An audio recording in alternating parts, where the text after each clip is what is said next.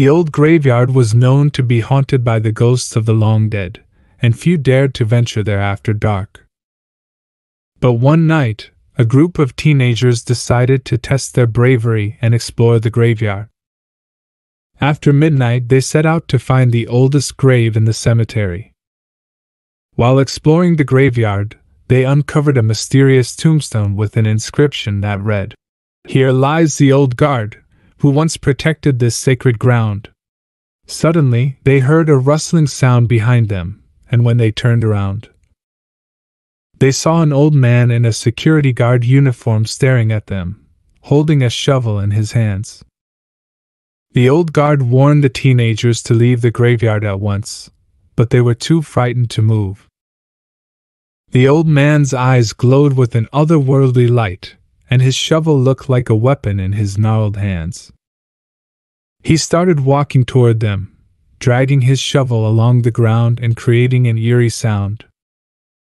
The teenagers' fear turned to panic, and they all ran away. They later realized that the old guard was not just an ordinary man, but a vengeful spirit who had been cursed to guard the graveyard for all eternity. The memory of the old guard haunted them for years to come, and they could never forget the bone-chilling sound of his shovel scraping against the earth as he pursued them through the darkness. I was walking home from work late one night, feeling tired and a bit uneasy. As I walked, I noticed a homeless man following me, keeping a steady pace just a few steps behind. I tried to ignore him and quicken my pace, hoping to shake him off, but he kept following me. Feeling scared and vulnerable, I decided to duck into the nearest store, hoping to lose him inside. As I walked in, I approached the store owner and told him what was happening. He listened to me intently and then offered to help.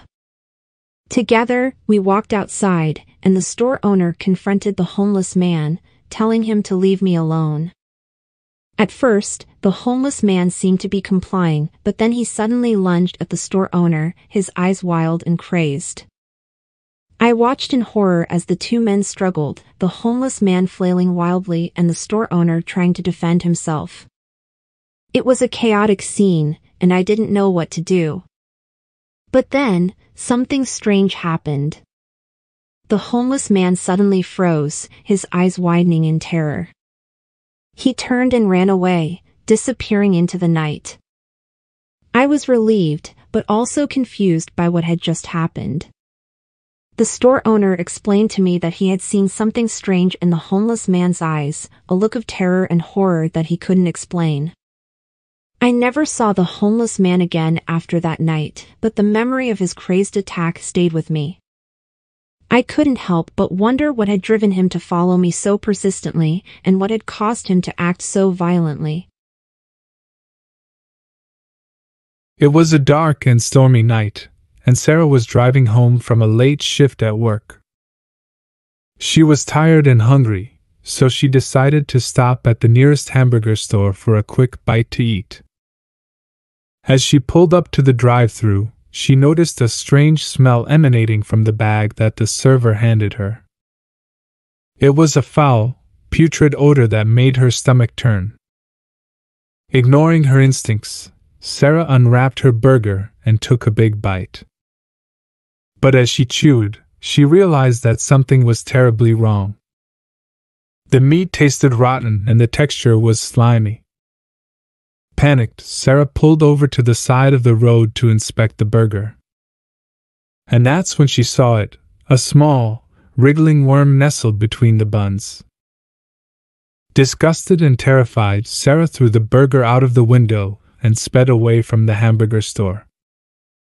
She couldn't believe that such a popular chain could serve such terrible food. But as she drove, she began to feel a strange sensation in her stomach. It was like something was moving around inside of her. She tried to ignore it, but the feeling grew stronger with each passing moment. Finally, unable to bear it any longer, Sarah pulled over and got out of the car. She doubled over in pain as she felt something wriggling its way up her throat. With a sickening gag, Sarah vomited up the remains of the burger, and with it, a writhing mass of worms and maggots. She screamed and retched as the disgusting creatures spilled out onto the ground. And from that day on, she never went near that hamburger store again.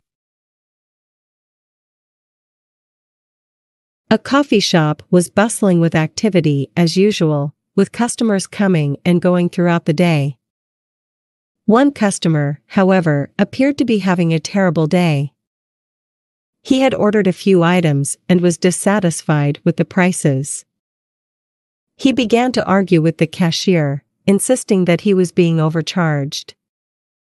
When the cashier attempted to explain the prices, the customer became increasingly agitated and started to damage the tables and chairs in the shop.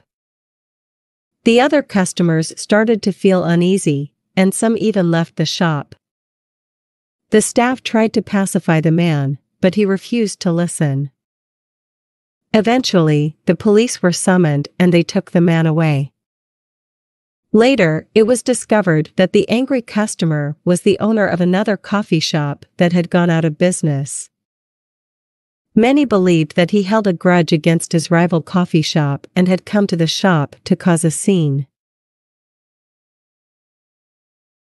The old convenience store had been around for decades, and the cashier who worked there had seen it all. She had dealt with rude customers, shoplifters, and even a few robberies. But nothing could have prepared her for what happened one stormy night. It was late, and the store was quiet. The only sounds were the rain tapping against the windows and the hum of the store's fluorescent lights. The cashier was tidying up the counter when a man stumbled into the store. He was tall and ugly, with a twisted face and jagged teeth. The cashier tried not to stare, but the man's appearance made her uneasy. The man shuffled up to the counter and laid a few items down. The cashier rang them up and tried to make small talk, but the man just grunted in response. As she handed him his change, she heard him start to hum a tune. It was a low, mournful melody, and it sent shivers down her spine. Suddenly, the power went out. The store was plunged into darkness, and the cashier could hear the man's humming growing louder. She fumbled for a flashlight, but when she turned it on, she saw something that made her heart race. The man's face was no longer twisted and ugly. It was smooth and youthful, and his teeth were straight and white. But his eyes were black pits, and his humming had turned into a demonic chant. The cashier tried to scream, but no sound came out of her mouth. The man took a step towards her, and she stumbled back. She backed into a shelf, knocking over a stack of products, and the noise seemed to snap her out of her trance. She bolted for the door, but the man was quick. He grabbed her by the arm, and she could feel his cold fingers digging into her skin. Just as she thought it was all over, the power flickered back on. The man's youthful appearance vanished, and he was once again the ugly customer who had walked in earlier. He looked confused for a moment, then let go of the cashier and stumbled out of the store. The cashier locked the door and called the police, but they never found the man. From that night on, the cashier never worked a late shift again.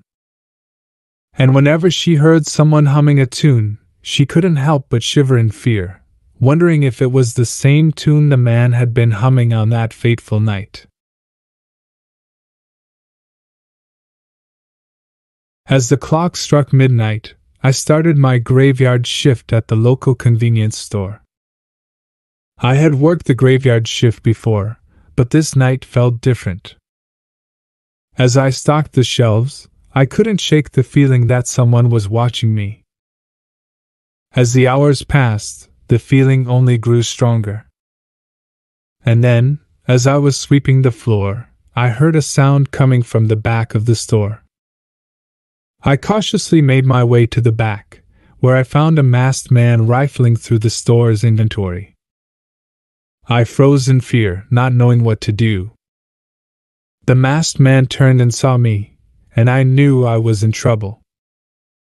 I ran to the front of the store and tried to call the police, but the phone was dead. I heard the masked man approaching, so I ducked into the employee break room and hid in the closet. I tried to quiet my breathing as I heard the masked man rummaging through the store. I heard footsteps getting closer and closer to the break room, and my heart raced as I realized I was about to be caught. Suddenly, the door to the break room swung open, and the masked man stood before me. I cowered in the closet, my heart pounding in my chest. The masked man didn't say a word. He just stared at me, his cold eyes piercing through the darkness. I could feel the man's hot breath on my face as I struggled to stay calm. Minutes passed, and the masked man finally turned and left the break room. I stayed hidden in the closet, trembling with fear. As the sun began to rise, I emerged from the closet and called the police. When they arrived, they found that the masked man had stolen thousands of dollars worth of merchandise from the store. I never forgot that terrifying night, and I never worked the graveyard shift again. It was a warm summer night when a group of high school graduates decided to take a road trip to celebrate their newfound freedom. They packed up their cars with beer, snacks, and camping gear, and headed out into the dark, winding roads that led to the mountains. As they drove deeper into the wilderness, the road grew more treacherous, and the group grew more reckless, drinking and laughing as they careened around sharp turns and narrow bridges. But then, just as they rounded a bend, they saw something in the middle of the road. At first, they thought it was a deer or a bear, but as they drew closer, they saw that it was a woman, standing in the middle of the road, staring blankly ahead. They slowed to a stop, confused and concerned, and approached her cautiously. As they got closer, they could see that she was disoriented and appeared to be lost. They offered to help her, and after some hesitation, she agreed to let them give her a ride. They all got into the car together and started driving down the mountain. As they talked to the woman, they learned that she had been hiking alone in the woods and had gotten separated from her group.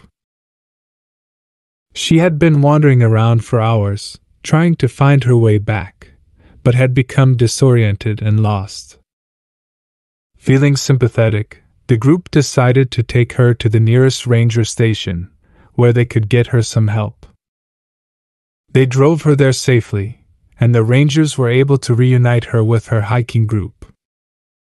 As the group continued on their road trip, they couldn't shake the feeling that something was off. They realized that the woman they had picked up had never given them her name, or any other identifying information. They decided to call the ranger station to check on her, but to their surprise, the rangers had no record of anyone matching her description. Panic set in as the group realized that they had picked up a complete stranger who had disappeared just as mysteriously as she had appeared. They searched the car and their belongings but found no trace of the woman or any clue as to where she could have gone. To this day, the group still wonders what happened to the lost hiker they picked up in the mountains that night. Some believe she was a ghost or a spirit, while others believe she was a victim of foul play. The mysterious encounter has become a legend among their circle of friends, and a cautionary tale to always be careful when picking up strangers on the road. As the sun set over the forest, a group of friends hiked along the trail that led to the old wooden bridge. They had heard stories about the bridge being haunted, but they didn't believe in ghosts. As they reached the middle of the bridge, the ground began to tremble beneath their feet.